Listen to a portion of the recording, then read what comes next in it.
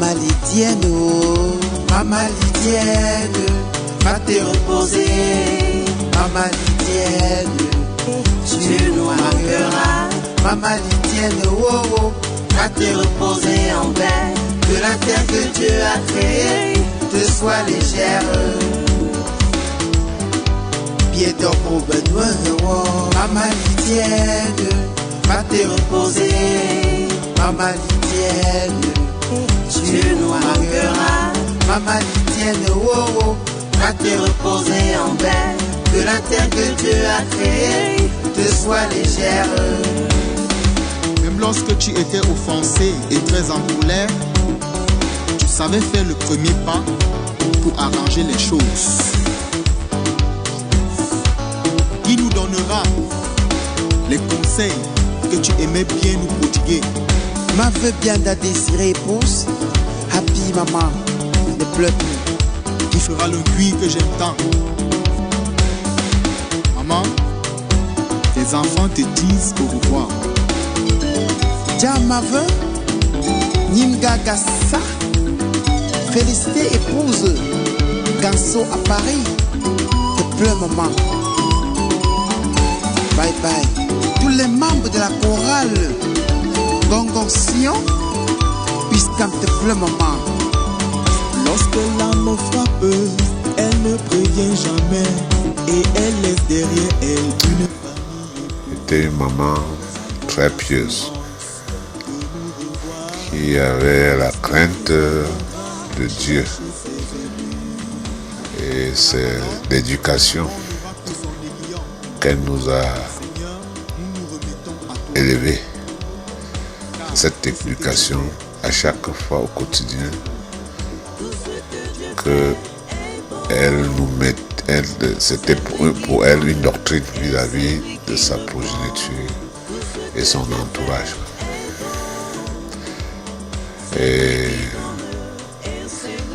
l'image aussi que je garde d'elle,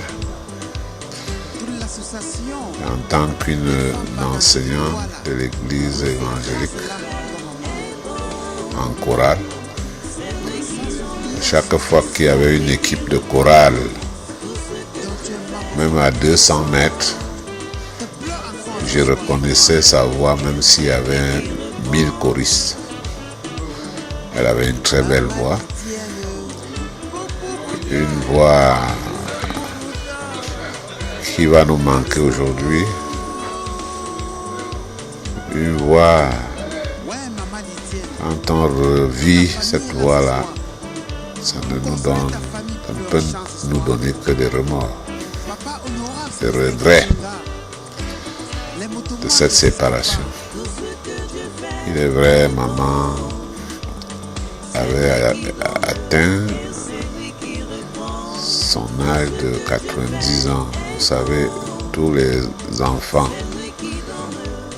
personne n'aimerait perdre les parents, même si ils ont 100 ans. Maman atteint 90 ans, dû aussi à une hygiène de vie très très rigoureuse. Maman mangeait sans sel, maman ne mangeait pas de viande, maman évitait tout ce qui est un peu quand on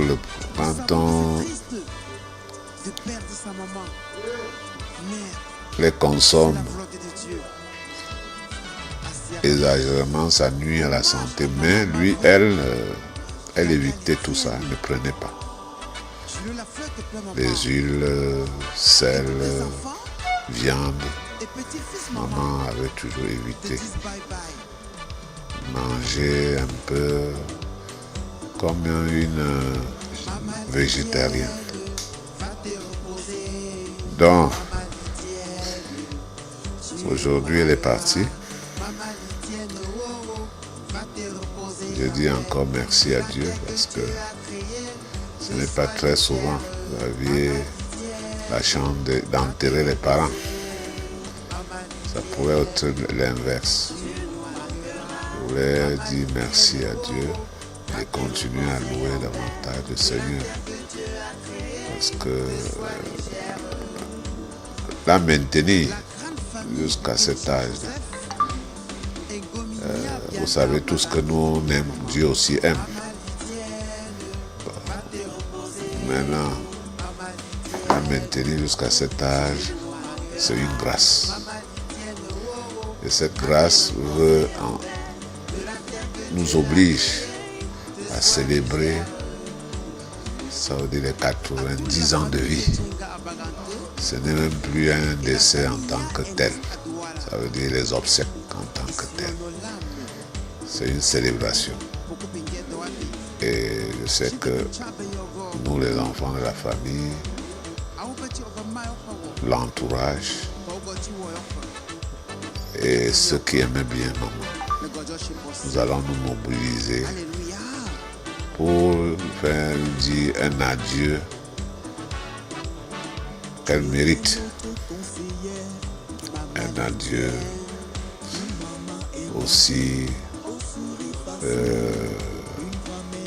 religieux. Parce que son quotidien, c'était l'église évangélique. Et maman m'avait toujours impressionné de réciter, de résumer toutes les cantiques Medjumba en Bamileke comme en Douala. C'est pas donné. Quand elle te dit cantique numéro 2, elle tombe déjà la chanson. Quand elle te dit cantique numéro 12, tonton, je dirais, elle était douée. Vraiment. Et je comprends pourquoi on nous disait qu'à l'âge de 15 ans, elle maîtrisait déjà à l'église évangélique la langue Medjumba et le Douala, parce que maman a grandi à Suza, chez les Douala là-bas. Elle est arrivée à Douala avec sa mère, étant fille unique à sa mère, pour que par la suite elle se marie à mon père. Donc tout ce que je peux encore ajouter, c'est que maman, pendant que quand j'avais perdu notre papa, c'était en 65.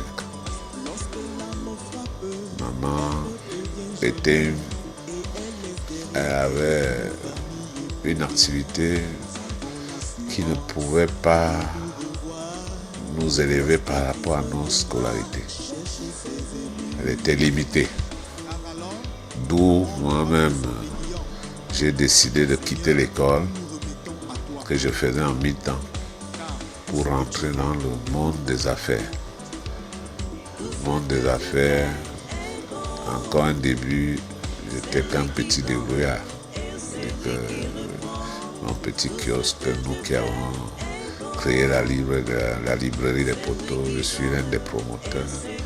Et ensuite, je suis devenu commerçant quelques années après, en ayant vraiment une boutique où j'étais même grossiste dans les cosmétiques. Et tout ça avec la bénédiction de la maman et sa mère, parce qu'à cette époque, la grand-mère était encore en vie. Et c'est pour cela que vous allez constater que la doctrine un peu biblique que maman nous donnait au quotidien, ça a fait en sorte que maman qui s'opposait pour que je ne quitte pas les bancs, et j'ai dit à maman, je vais quitter les bancs pour t'aider pour l'éducation de mes cadets. Dieu a exaucé ma prière à cette époque pour devenir ce que je suis devenu. La première maison même avant de construire ma propre maison. C'est la maison que vous avez vue là, la maison de ma mère.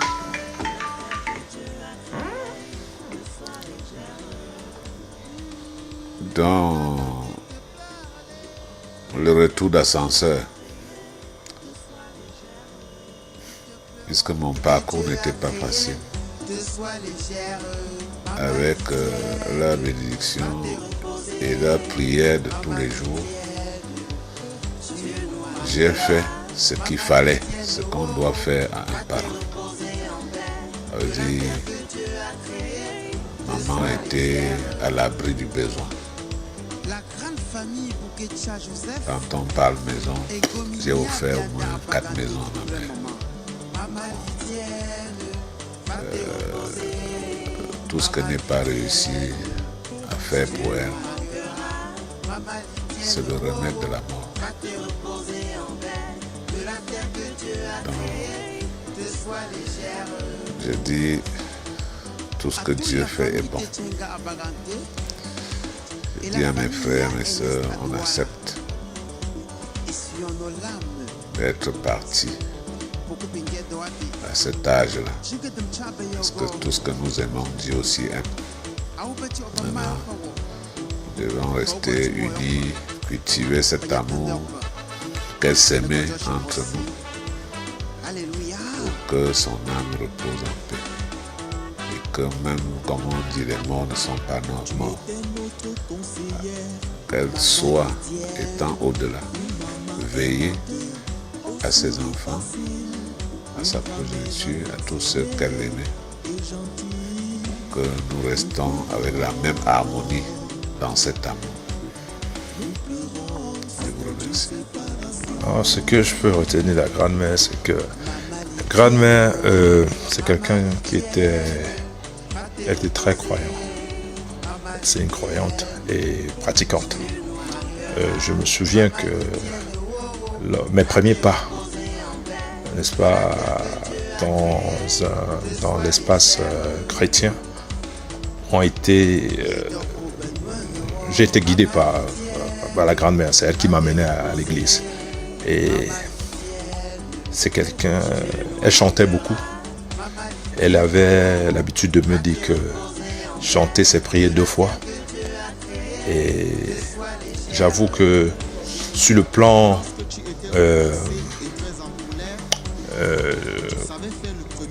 religieux, grand-mère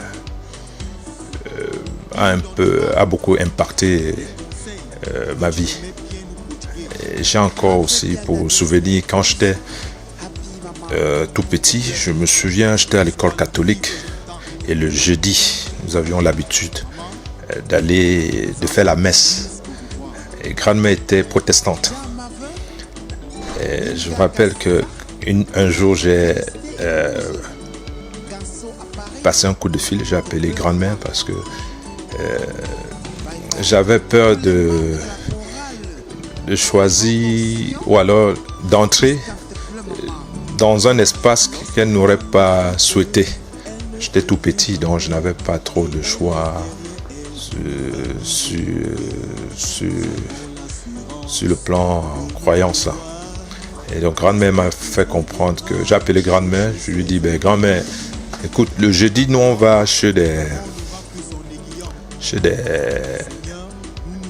on fait la messe à l'église catholique. Est-ce que ça pose problème? Elle m'a dit, non, mon petit-fils, l'essentiel c'est de croire en Dieu, le Dieu d'Abraham, le Dieu d'Isaac et le Dieu de Jacob. Donc, elle ne voit aucun problème.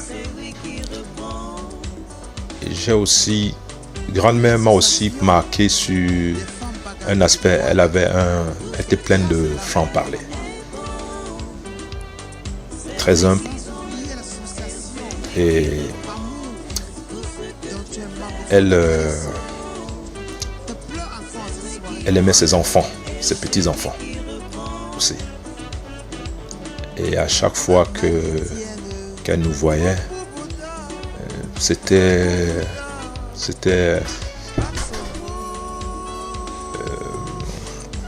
la joie Malheureusement, ces 3 dernières années,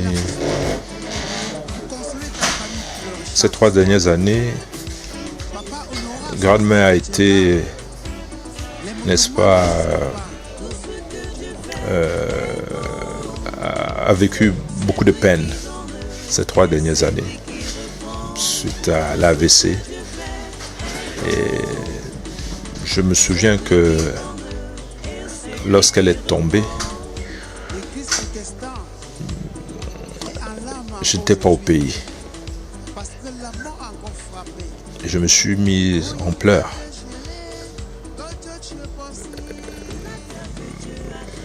Et j'ai demandé qu'on m'envoie des clichés, enfin des différentes IRM. J'ai pris contact donc avec un ami médecin, neurologue, et je lui ai envoyé des clichés par WhatsApp. Il a analysé et il m'a fait un retour. Dans ces échanges avec moi, il a observé une pause dans ces échanges avec moi, pause d'une trentaine de secondes, parce qu'il ne savait pas quoi me dire. En fait, il voulait me faire comprendre qu'il sera difficile que grand-mère se remette. Et bon, voilà. Malgré sa maladie, grand-mère chantait beaucoup. Donc ce que j'ai retenu de grand-mère, c'est le côté... elle avait un talent sur le plan musical, la musique chrétienne. Voilà, pour tous ceux qui l'ont connue, c'était ça. Les studios. Les premières, la personne qui m'a décrit le studio musical, c'est grand-mère. Pourtant, j'ai des amis musiciens qui ne me parlaient jamais de studio. Grand-mère m'a fait une description du studio, comment ça se passe en studio. Et je pense que nous avons perdu une grande musicienne. Et le seul regret que j'aurais actuellement, c'est le fait de n'avoir pas bénéficié de cet héritage musical. Parce qu'elle avait l'habitude de me faire comprendre que c'est quand elle partira, on va se souvenir d'elle. Et tout le répertoire, elle partira avec. Aujourd'hui, nous avons la chance d'avoir quelques CD. J'ai l'habitude de les écouter, surtout depuis le 4 avril. Elle est partie là.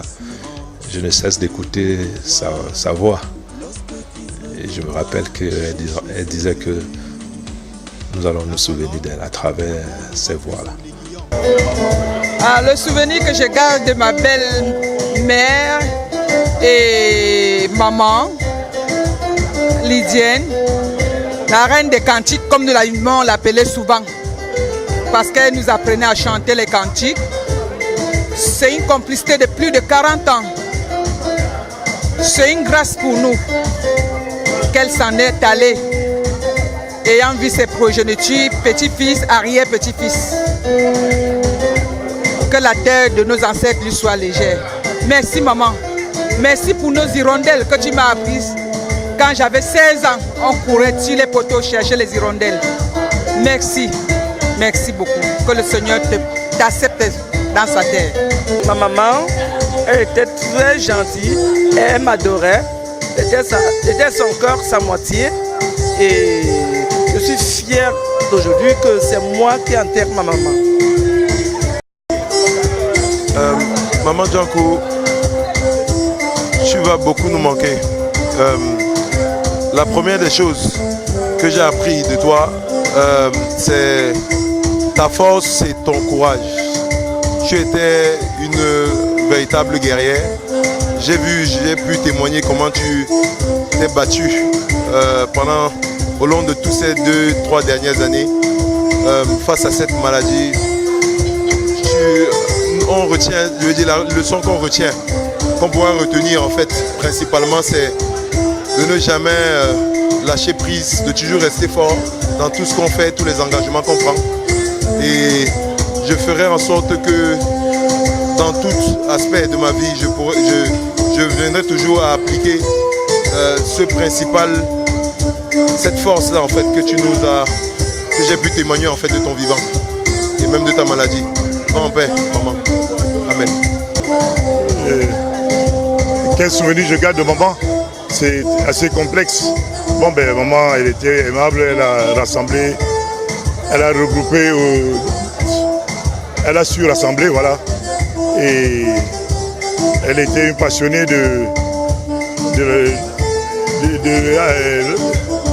c'était une chrétienne convaincue, passionnée de la chorale. Et donc maman était un chante. Et donc c'est pour ça que elle nous a marqué par les cantiques, voilà. Et la preuve, vous avez vu ces CD.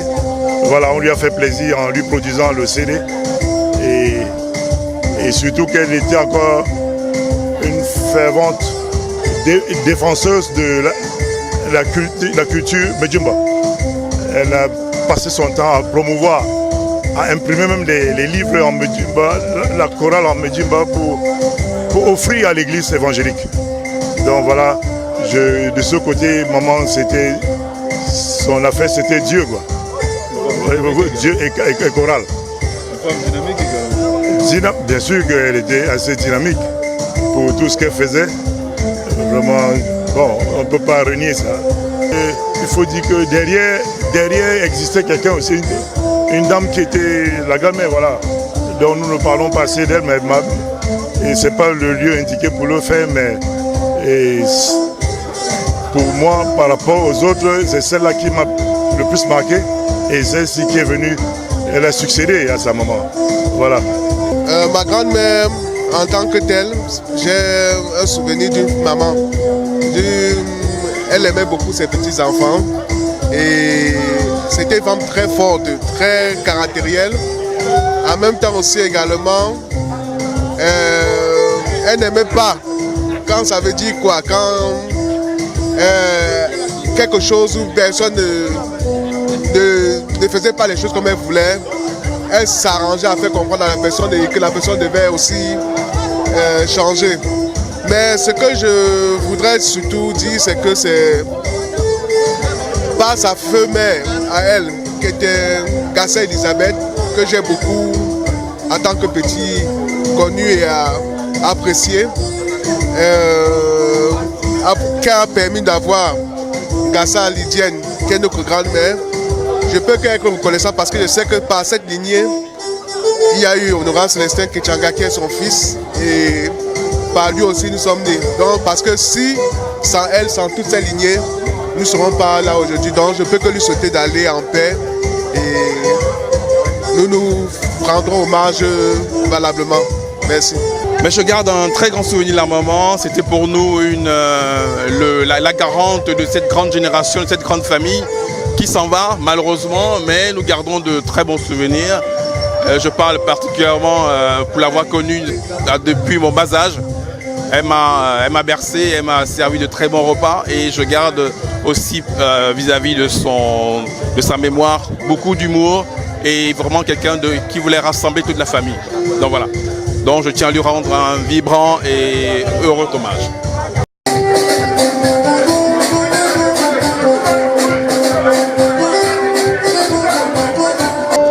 Les souvenirs sont énormes, étant donné que traditionnellement parlant, je suis le fils aîné de cette concession, d'où me vient le nom de Tchoussam. La seule chose que j'ai à dire à ma grand-mère, repose en paix, prépare une place pour tout le monde. C'est tout ce que j'ai à dire pour ma grand-mère. Merci.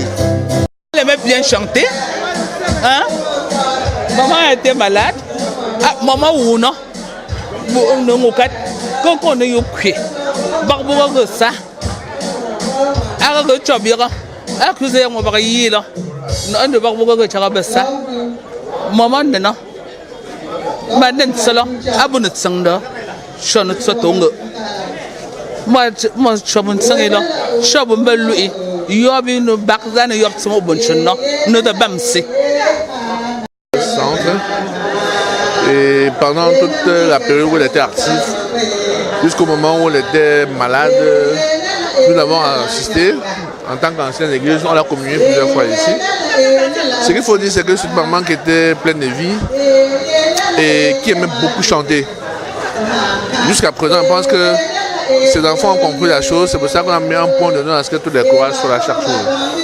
Parce qu'elle aimait trop chanter et c'est pour ça qu'en tant que président de la Chorale d'Homme, nous avons tenu à apporter notre contribution dans le chant, afin que là où elle est, que ces chants l'accompagnent. Donc c'est beaucoup de regrets pour nous, beaucoup de regrets pour notre paroisse, où elle agrémentait chaque dimanche des chants de sa voix très fine et très harmonieuse, pleine de vie. Nous avons vraiment beaucoup à regretter. Donc c'est particulièrement ce que nous pouvons dire aujourd'hui à propos de Maman Ngassa Lidienne, où on l'appelait Reine Ngassa. Bon, elle est partie. Ça rentre dans l'ordre naturel des choses. Éternel regret vraiment. Merci.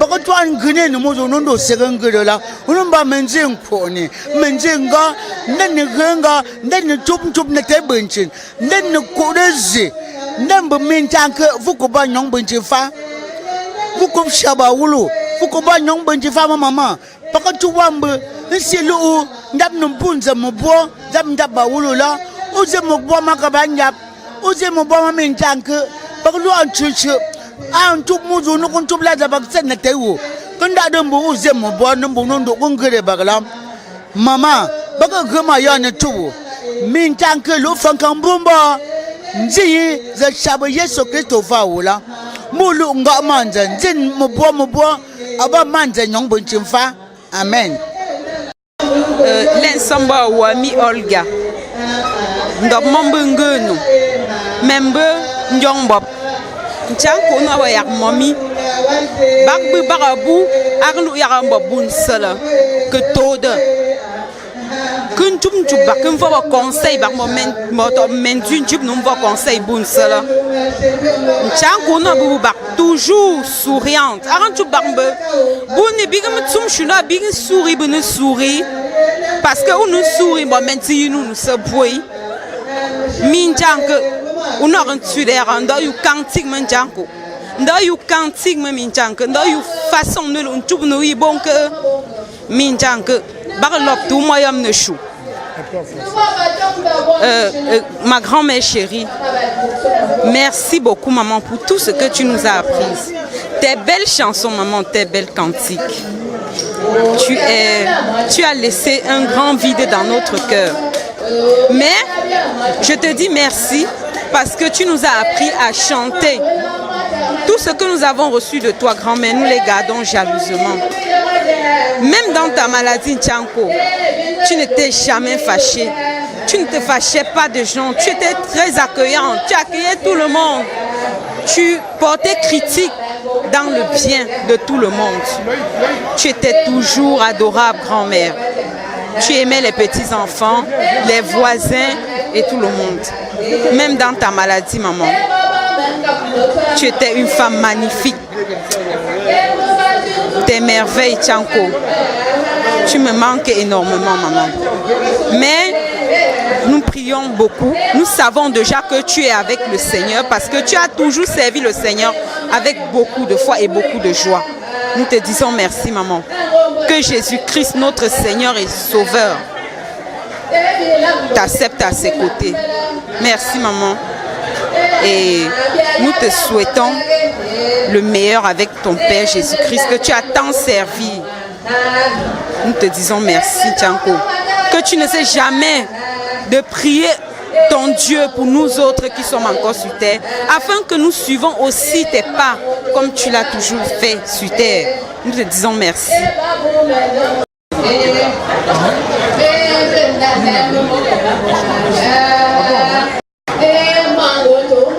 Moi, c'est Ida. Comme la grand-mère avait l'habitude de m'appeler, Mankam tout le temps. C'est très dur pour moi de prendre la parole aujourd'hui pour dire au revoir à Tchanko. C'est un plaisir de dire au revoir à Tchanko. Vraiment, c'est pas, pour moi, Diako n'est pas morte. Pour moi, c'est, je sais pas, elle va renaître à nouveau pour moi. Et je dis merci à Dieu pour le temps qu'il m'a accordé de passer avec elle. Vraiment, je remercie l'Éternel. J'ai pas beaucoup à dire. Tout ce que je peux dire, c'est qu'elle repose en paix. Comme Django, la reine Lydie la belle, comme on l'avait l'habitude d'appeler, va maman, il repose en paix. Merci.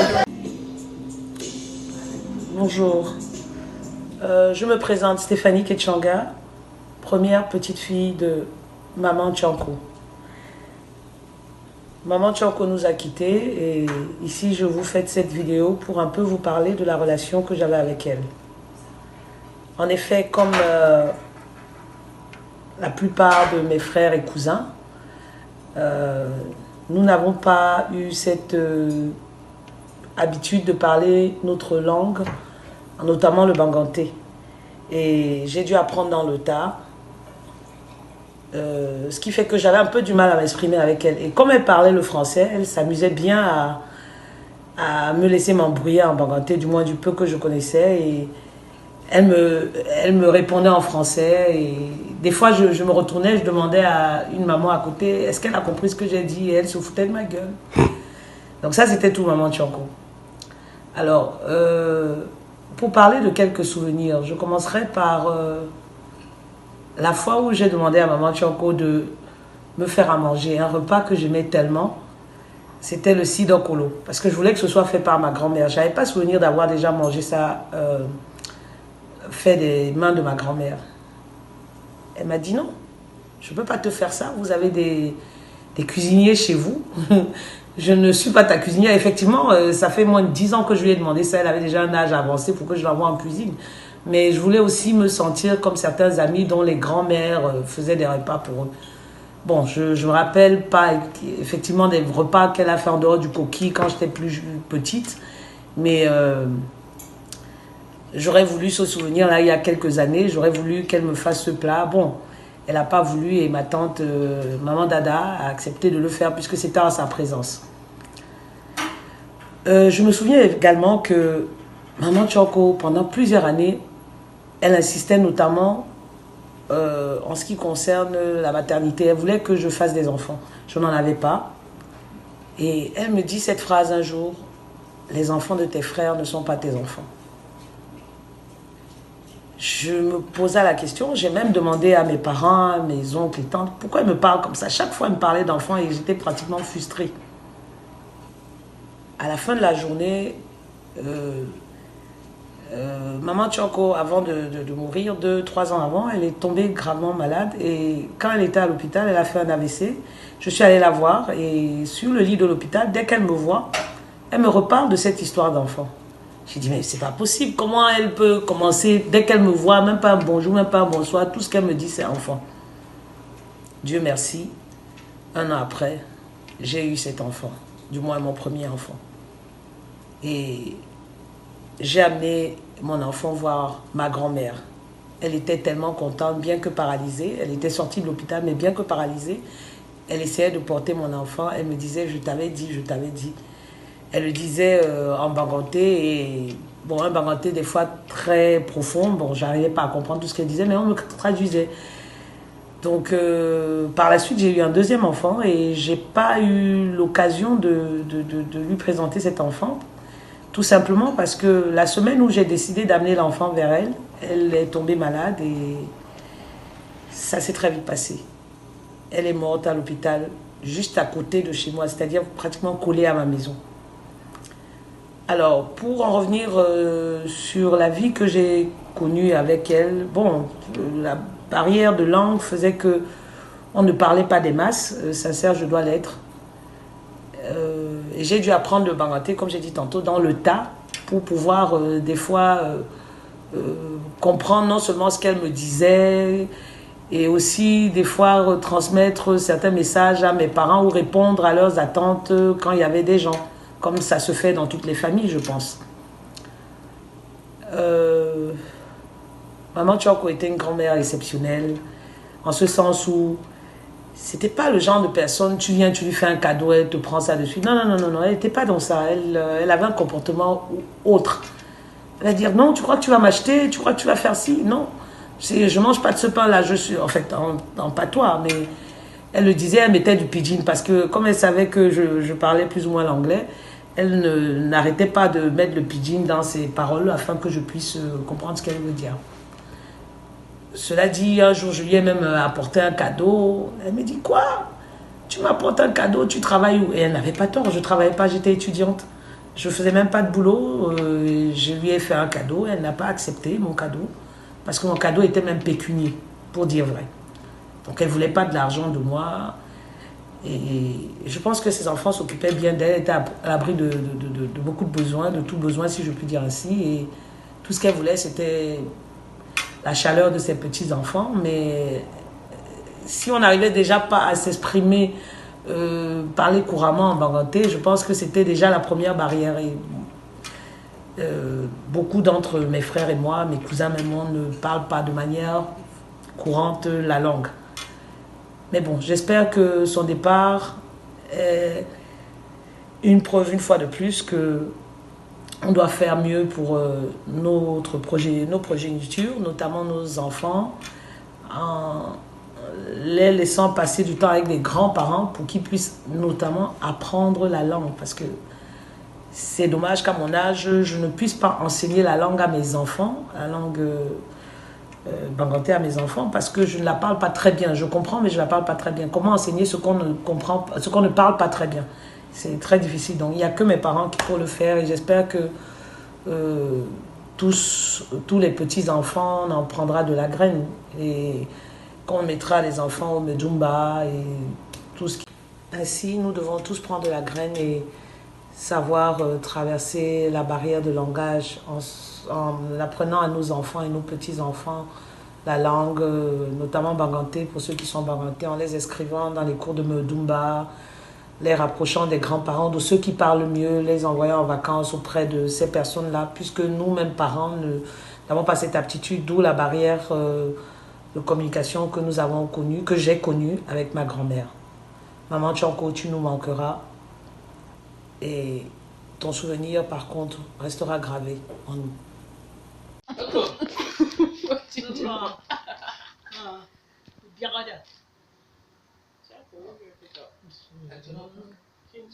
C'est bien. Ouais, bien.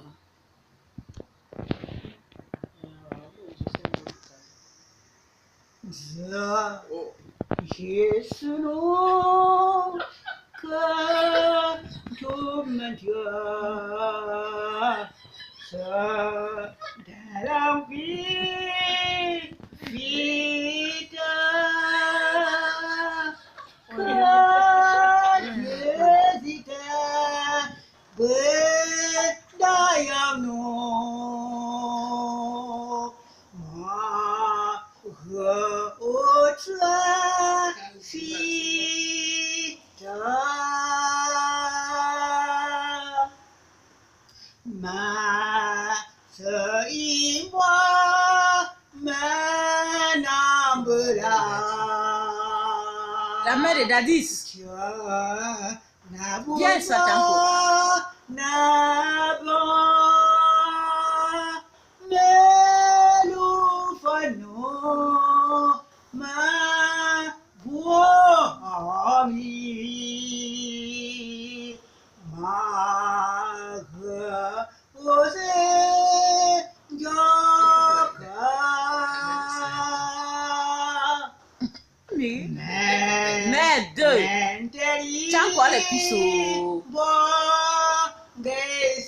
La mère du grand sénateur, la mère de Jet. Oh, Momo Sionboun David.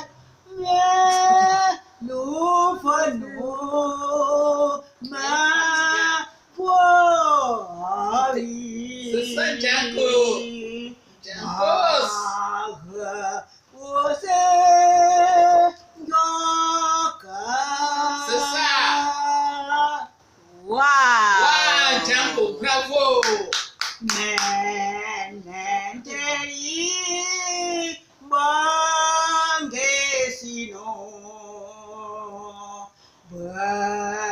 Dance yo